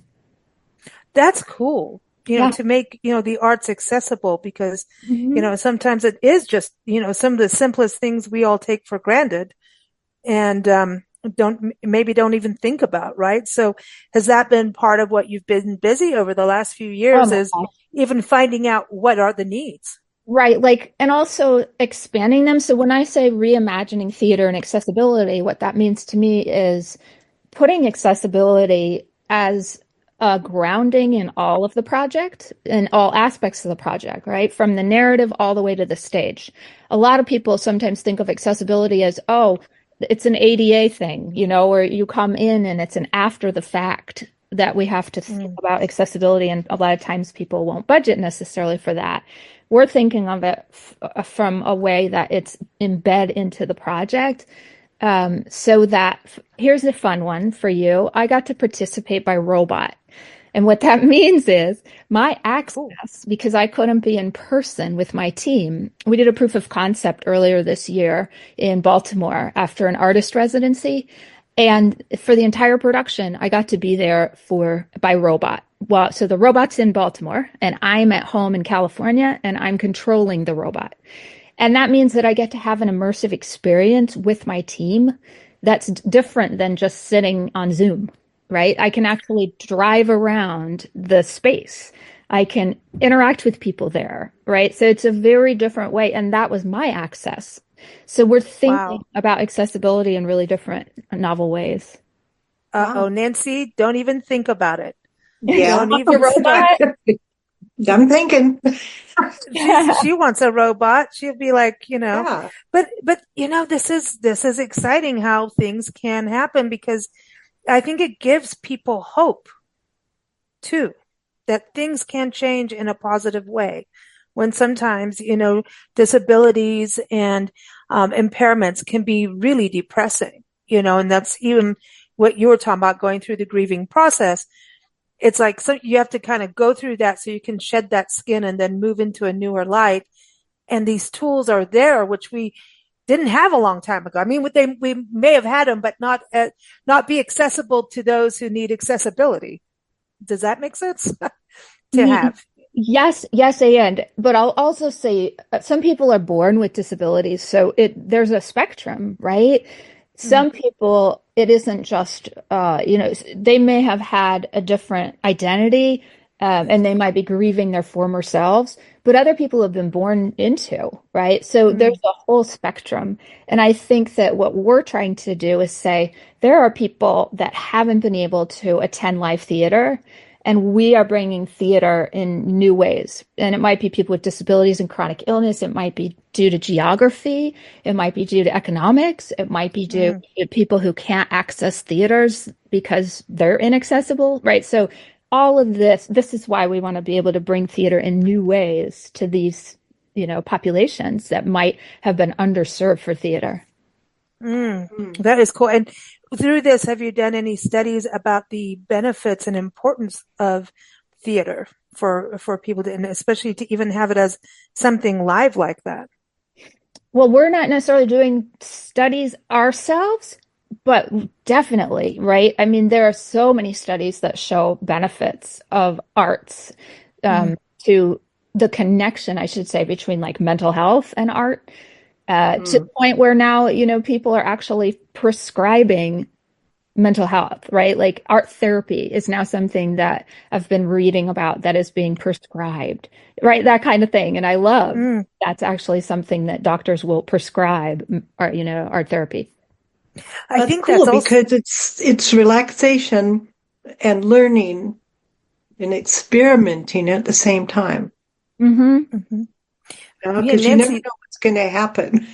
Well, Nancy's been doing a lot of research. We have a lot of digital puzzles on our websites.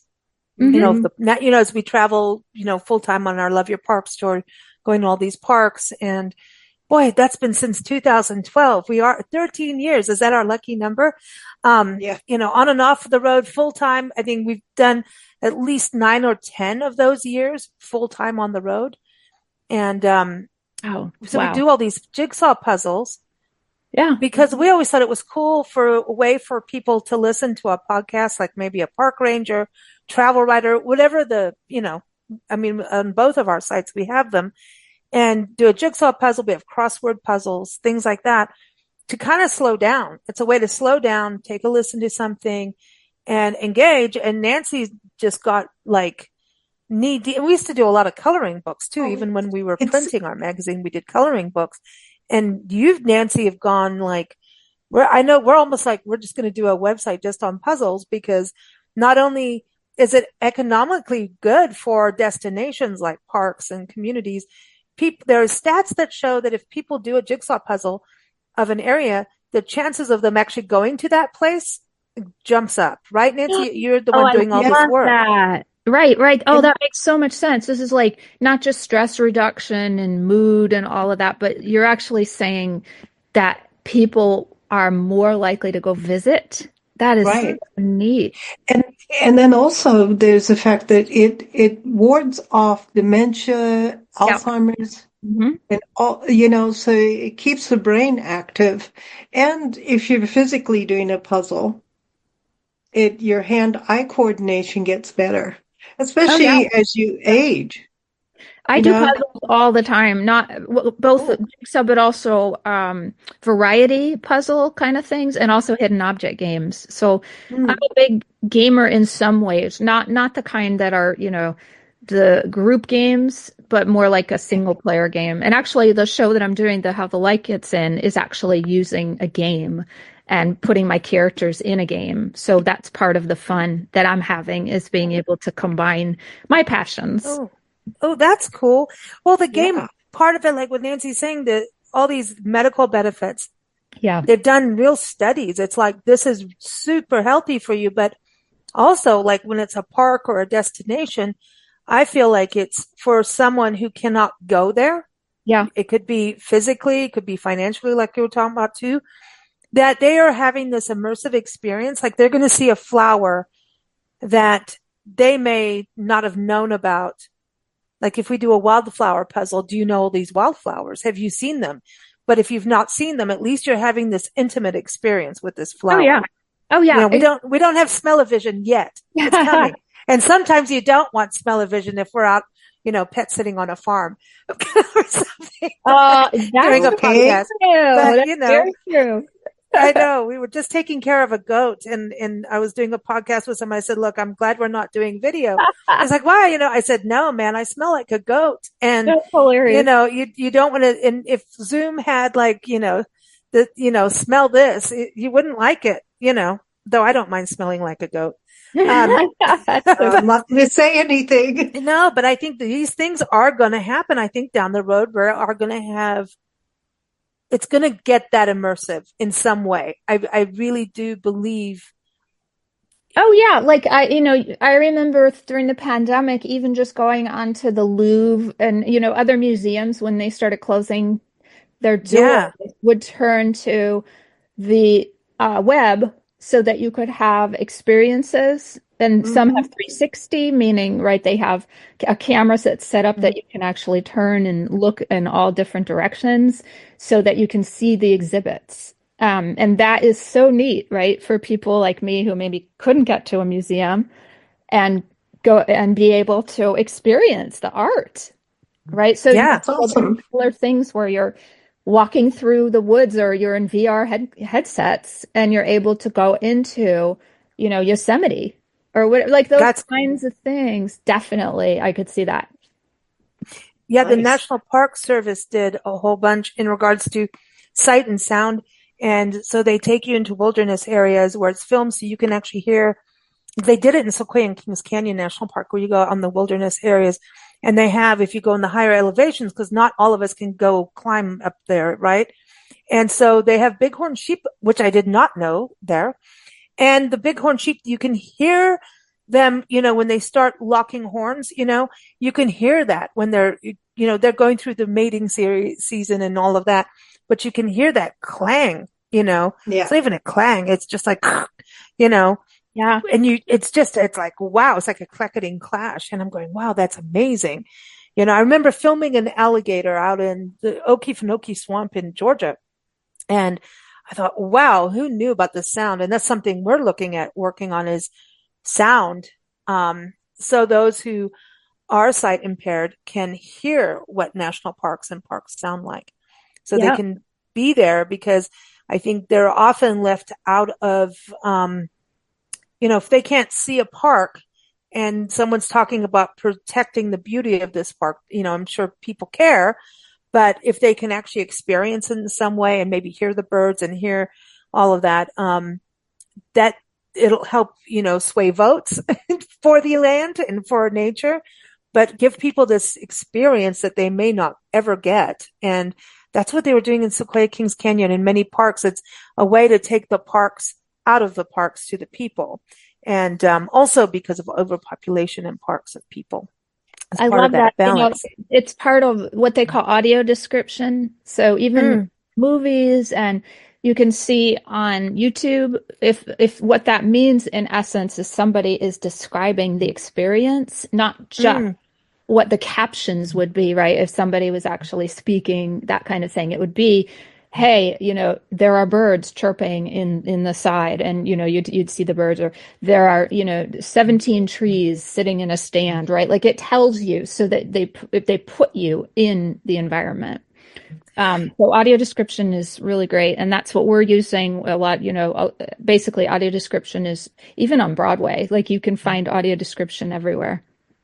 Well, I noticed that with you when we did the Hurricane Helene benefit event, online event. Yeah. And you came on in video talking and described yourself.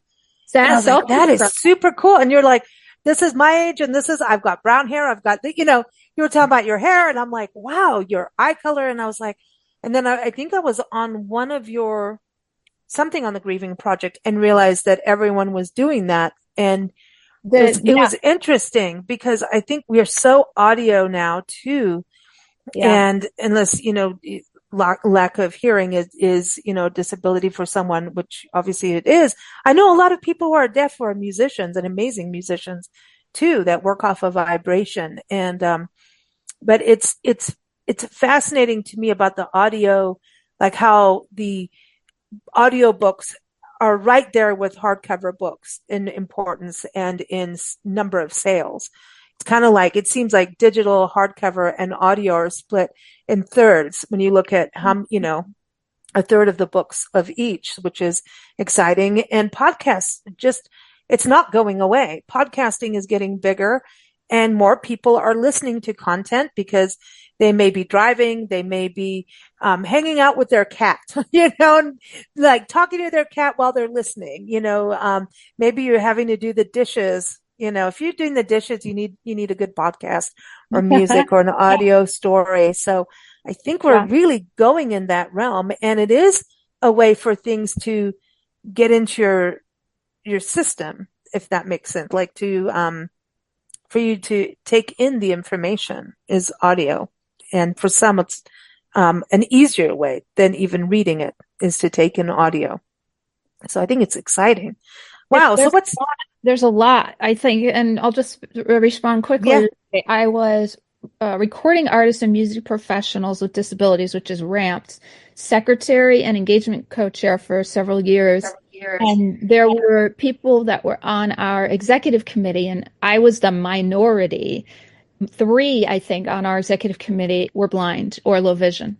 Wow. So because of that, it also was, basically a new way for me to approach and always self-describe, because they really couldn't see, right? So it was this way that it was respectful to say, oh, I'm a white woman with brown hair, brown red hair, wearing glasses and a striped shirt. Because that way they understand, right, those cues. And then that gives them a sense, of who's in the room instead of somebody just speaking. Imagine that, right? Where nobody has an understanding of who's speaking. Yeah.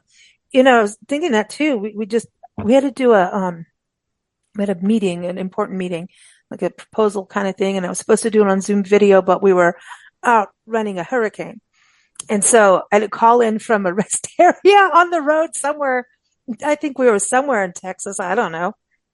And had to do it all audio, and I couldn't see who I was talking to. I didn't even know who was in the room. Yeah. And I'm sitting there looking at Nancy going, this is wild, man. I don't know what is going on. What, you know what I mean? Yeah. So, I felt very, and I did some fun little questions to kind of get a sense of feedback. You're supposed to present and move on, but I needed to, I threw some jokes in there just to find out, where are you from? Who are you? Because I didn't even know how many people were there, just to kind of get a sense of the room, to take the temperature. And it worked, and it all went well. But it was, that kind of was, I wanted to see people, because you can see, and I think about Joey when those kind of things happen, because I wanted to see so I could tell if someone didn't agree with what I was saying, number one. Yeah. you know how those board meetings are, or was confused or enthused, but apparently everybody was enthused. So maybe humor helps. I don't know, but that was wild, Nancy, doing that, that call. Yeah. That was kind of a wild, all right. And I'm trying to balance my notes. And then I was just like, all right, whatever, trying to balance a computer on my steering wheel without, honking at people. I was like, I'm going to honk on somebody, and I was lucky to have, actual access. But yeah, amazing how technology is. So what 2025, what does that look like for you in the Grieving Project? So, as I said, How the Light Gets In now. And we were just awarded Doris Duke Foundation Performing Arts Technologies Lab Grant. So for the next 6 months, we're going to be looking and exploring and playing and figuring out what the blue sky vision for the full show is, and then being able to take, parts of it and go meet with our team in person. Well, I am going to participate by robot again, and we now actually have a robot. So I'm working with Open Circle Theater, which is a theater in the DC metro area, and basically a theater organization, not like a brick and mortar theater, that is disability focused. And so it's been amazing. I have, a live theater director, an accessibility director, a digital experience director, and also a video director, a live video director. So that set of folks plus me has been kind of tasked with playing, which is exciting, right? It's playing and exploring over the next 6 months. Very cool. Very cool. Yeah. Now let's go back to being 18. Yes. Where were you when you were 18 physically? Where were you? So that was 1990 and maybe 91. So I had just graduated from high school. Cool. I started my first year at UC Santa Barbara. So cool. That was my place, leaving home, being in a dorm room with this wild roommate who was in a sorority, but kind of not the type. And here's what I remember. This is wacky, you guys. Our dorm fridge, instead of being filled with beer, was filled with vinegar, which she had a really strange thing about vinegar. And I keep thinking maybe it was like a health thing that, was she needed something that vinegar gave her. But I swear, I remember vinegar in our fridge more than beer. And I was majoring in biology at the time, and remember being away from home, and everything was dorm life, and I had a best friend who actually introduced me to the man I would eventually marry as my first husband. So there's a lot, right? In 1990, being graduating and starting college, that was the big one. Wow, that is big. And the vinegar, That's wild. I know about apple cider vinegar is good for you, but I know, It's but good it's for so you. weird, right? Like you meet It's somebody. also a weight loss. Oh, Yeah, so it could have been for weight loss. maybe. Yeah. It was Yeah. just so bizarre because she would like open the fridge, take the bottle and swig it. I'm not Ooh. kidding. And I mean, ooh, it would have been like if it was beer, it's like, okay, I get that. But vinegar? So Yikes. bizarre. Anyway, so songs, that's you crazy. want to know what I remember from when I was 18? Yeah, music. Oh, that was a big music time too. Oh my God, so big. Like I was so into at the time listening to a lot of REM and Nick Cave and Mm. Jane's Addiction and Pixies. So I was kind of alternative, I guess you'd say. But a song that I remember too from high school that I remember was Sinead O'Connor, Oh Nothing Compares yeah. to You. So that was a big, I remember 1990 thing. Mm. So I would say like, yeah, put that on the playlist. But I Yeah, still, nothing compares to you. No one can do that. More yeah, like that is, I've heard so many, even Prince, but like she just, that's her song. There's no one else oh yeah, that can do that exactly. like her. May she rest in Exactly. peace. She was like an incredibly strong, yet, not weak, she cared, Sensitive. feelings, sensitive. Yeah. Felt things so much, that I Mhm. think it caused a lot of pain too when you Yes. feel, Yeah, yeah, you yeah, know? yeah. Yeah. Yeah, sensitive is a good word, Nancy. You got it. She's got it. Thank you. Yeah, and Yeah, great. yeah. You guys remember Lollapaloozas? Like Yeah, that, yeah. right? That and also Lilith Fair. Oh, So yeah, Yes. Lilith that, Fair. right? That's the I kind of have the albums. I'm remembering. I remember watching Sarah McLachlan, you know, Yeah. Hmm. like, and that might have been 1 year later, but I'm not sure. I can't remember when I saw her in concert, but I was a big music, so being a musician, I wasn't yet a musician at 18. I wasn't But it yet. was coming. Music was so, embedded in who I was. But I listened to a lot. Like I say, do you remember the church stuff like Under the Milky Way? Remember that Mm. song? REM. Oh, yes. Under Yeah, the Milky Way. I right. do remember Nick that. Cave. Yes. Nick Cave was huge to me. Like these Hmm. things were sort of before the girl, how do I put it? The The, singer-songwriters that I always associate with like Hotel Cafe, which is out of LA. There's a lot of those kind of singer-songwriters. And Look at Jewel. I like remember Ingrid Jewel being big Michaelson, when we moved so to San Diego. Jewel had just become Jewel, big. exactly, exactly. This is pre the Ingrid Michaelson, who I didn't actually meet and learn of until 2007. So this is way before that, right? Like these are the early singer-songwriters. Yeah. Yeah.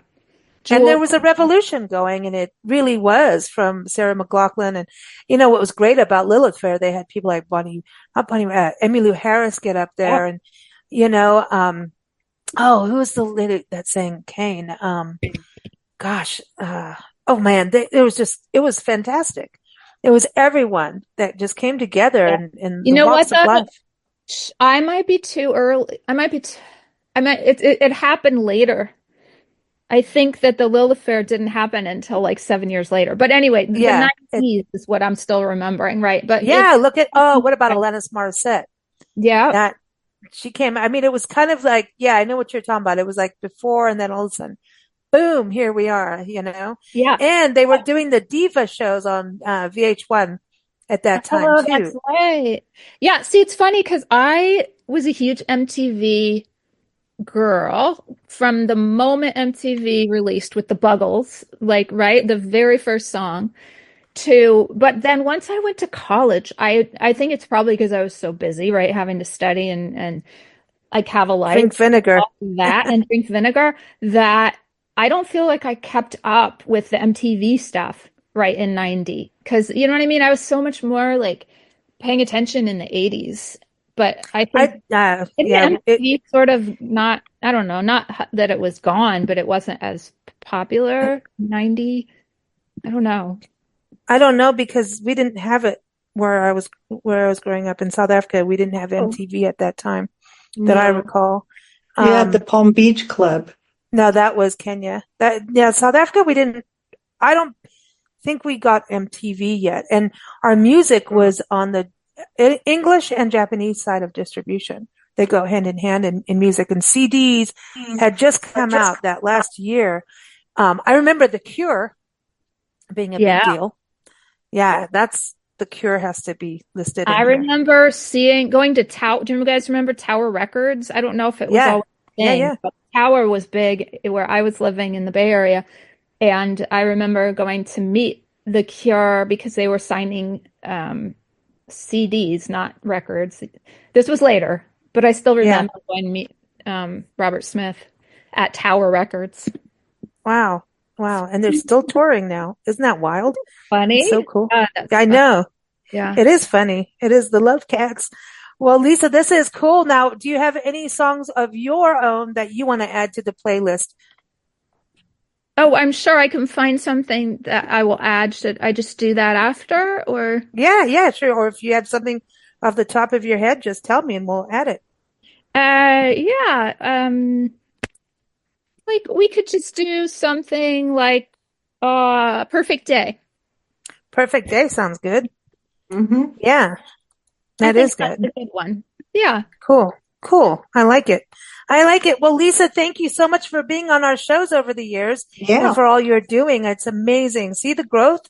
Isn't that wild to reflect back to when you're 18, all that growth of, individuals. It's that these conversations are blowing our minds. It's so funny because people come on shows and it's like, oh, I got a new album out. I got a book out. I got this, I got that, or we're doing a specific theme, but this theme is like looking back in your life and kind of having that reflection of growth, which is amazing because anything, difficult is always growth. So, as well. So it's not all an easy road to, climb up there to that world of success.